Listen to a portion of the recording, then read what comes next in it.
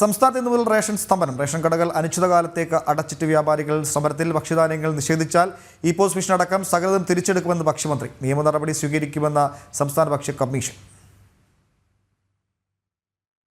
വേതന പാക്കേജ് പരിഷ്കരണം, ക്ഷേമനിധി തുടങ്ങിയ ആവശ്യങ്ങൾ ഉയർത്തിയാണ് ഇന്നു മുതൽ അനിശ്ചിതകാലത്തേക്ക് റേഷൻ കടകൾ അടച്ചിടുന്നത്.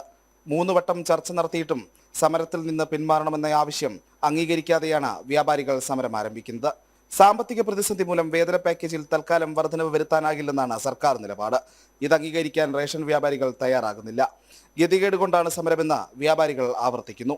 കേരളത്തിലെ റേഷൻ വ്യാപാരികൾ ഒരു സമരത്തിന് വേണ്ടിയുള്ള സമരമല്ല, ജീവിക്കാനുള്ള രണ്ടറ്റം കൂട്ടിമുട്ടിക്കാനുള്ള സമരമാണ്.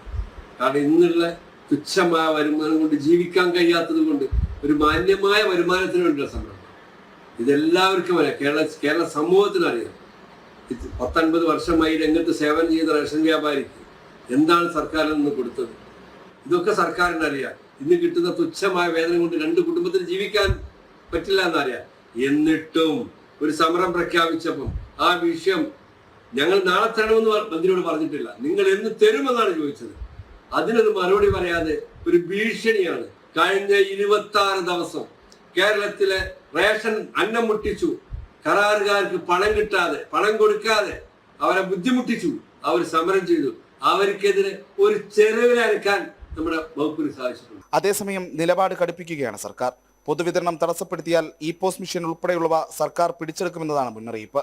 ഇത്തരം റേഷൻ ഷോപ്പുകൾ സർക്കാർ ലൈസൻസ് നൽകി ഇവരെ ഏൽപ്പിച്ചിരിക്കുമ്പോൾ ആ കടയിലിരിക്കുന്ന എല്ലാ ഉൽപ്പന്നങ്ങളും സർക്കാരിൻ്റെതാണ്.